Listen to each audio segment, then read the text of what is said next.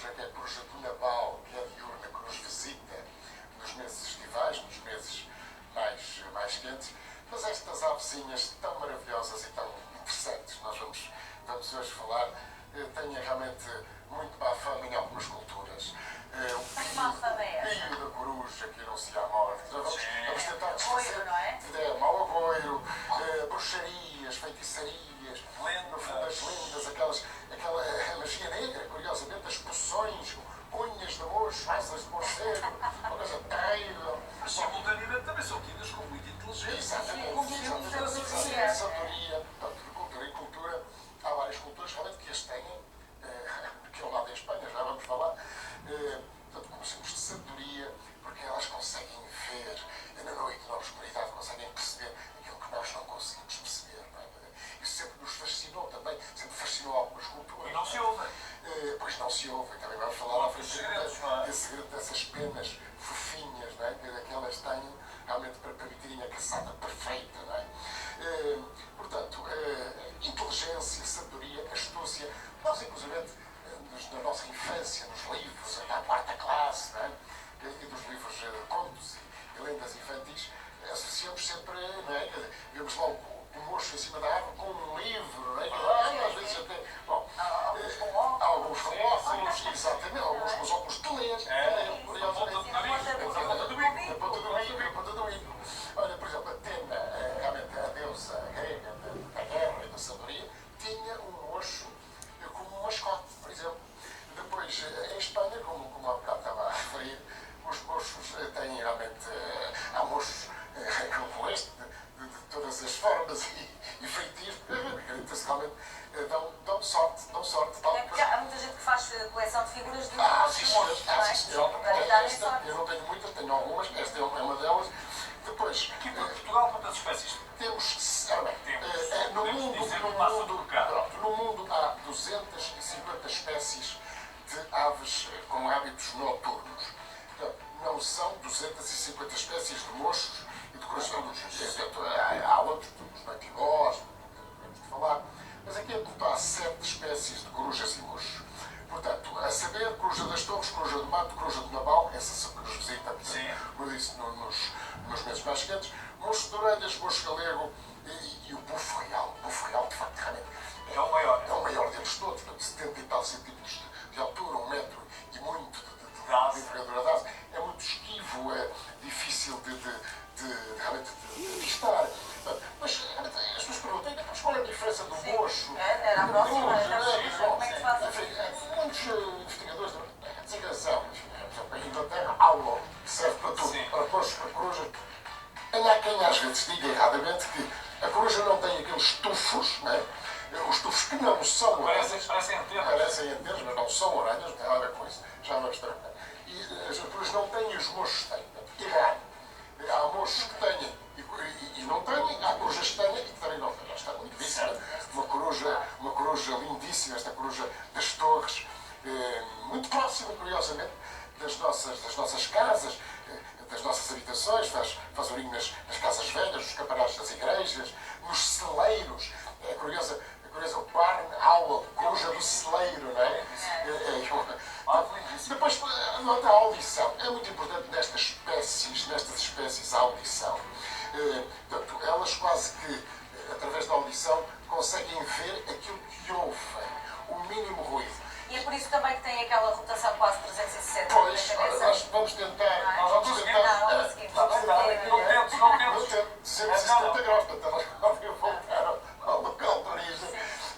Porque os olhos são grandes, se fossem comparados com um humano, seriam olhos do tamanho de laranjas ou toranjas. Portanto, é curioso, não é? Em relação ao tamanho da cabeça. Portanto, elas criam então uma imagem visual daquilo que ouvem, um pequeno ratinho, por exemplo. Falamos da coruja lapónica, que não existe cá, existe lá para cima para os telefones. Lapónia, não é? Portanto, é uma coruja grande, com um disco facial muito pronunciado também. O disco facial é curioso porque serve como uma espécie de radar, não é? Uma espécie de antena parabólica. Qualquer som que lhe chegue, portanto, entra pelos orifícios, pelos pavilhões auriculares, ao contrário de nós, não são simétricos. Portanto, elas têm um buraquinho aqui, outro mais aqui. Ou seja, o que vem dali, vem e há aqui uma certeza absoluta do sítio onde está, neste caso, por exemplo, a presa. Ratos, por exemplo, na noite, na escuridão, portanto, os mochos, as corujas comem os ratitos e são muito úteis, portanto, para nós, porque realmente os ratos contaminam e trazem doenças. Mas esses orifícios auriculares são muito certos. A visão apurada, binocular, tridimensional, realmente, que nos dá realmente essa possibilidade. Visão noturna. A visão noturna, não é verdade? Porque elas têm, portanto, esses olhos, uma fotossensibilidade extraordinária. Aliás, como aos gatos também. Os gatos, com um mínimo de luz, também veem muito bem, não é?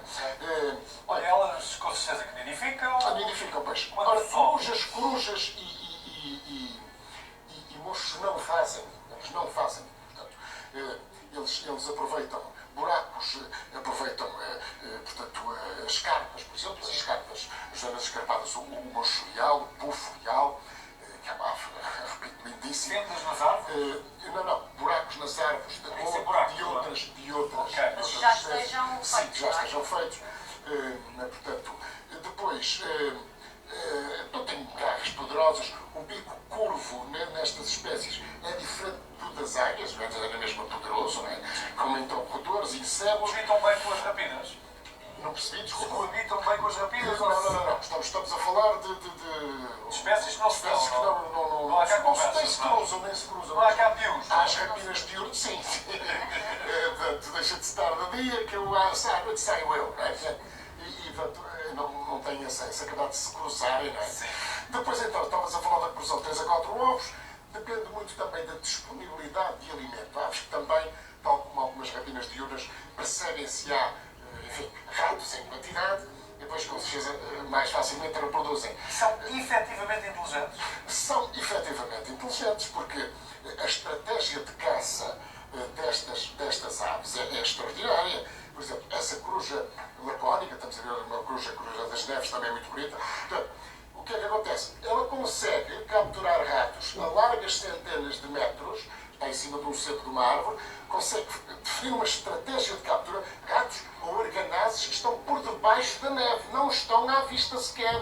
Consegue ouvi-los, consegue criar uma visão daquilo que houve. Ou seja, toda essa estratégia é extraordinariamente impressionante e de facto faz delas animais em muitas culturas muito especiais. E eles competem entre eles? Não creio. Têm vidas individuais? Sim.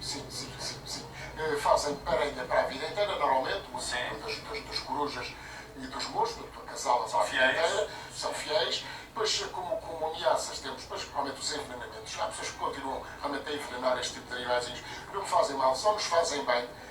São animais muito especiais para o equilíbrio dos ecossistemas. São troféus? Continuam a ser troféus para aqueles que antigamente mais, talvez. Chegávamos ao restaurante e víamos um mocho real, asas Embalsamada, abertas. não é? Isso, felizmente, essa tradição tem-se vindo a perder, mas ainda se encontra, enfim. São muito úteis para o equilíbrio dos ecossistemas. Onde é que aconselhas para os conseguirmos ver? Pois estas 7 espécies ocorrem em todo o território do nosso país, mas, portanto, contactar associações, talvez que, ligadas à observação de espécies selvagens, que realmente sabem os locais, não é? Porque, portanto, podemos ir para a floresta, uma noite, ouvir o pio da coruja do mato, seguir-lhe o trilho, mas são sempre dias até lá chegarmos. Quer dizer, mesmo quem anda nestas coisas da observação, da vida selvagem, da fotografia, de tudo isso, tem tempo da paciência, não é? Tem tempo da paciência para uma curiosidade última, muito rápida, tem a ver com isso. Portanto, elas não mastigam, engolem um rato inteiro, por exemplo, e depois, passado aí umas 10, 12 de um trago? Ok. Mas ficam calados. Há uma digestão, não de todas as partes do rato, e depois então há uma regurgitação passado das 10, 12 horas. Deitam as espinhas fora. Deitam as espinhas fora. Olha, curioso. Vai ser o rabito, não é o rato, que e as patitas.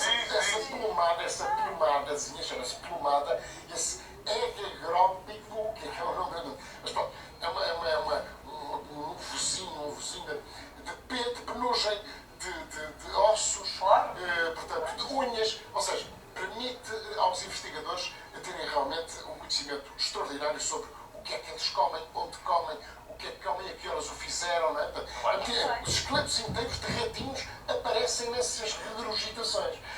Porque eles não têm sucos gástricos como os abutres capazes de digerir todas estas coisas. Obrigada. Obrigado. Uma excelente Páscoa para ti. Muito obrigado. Falar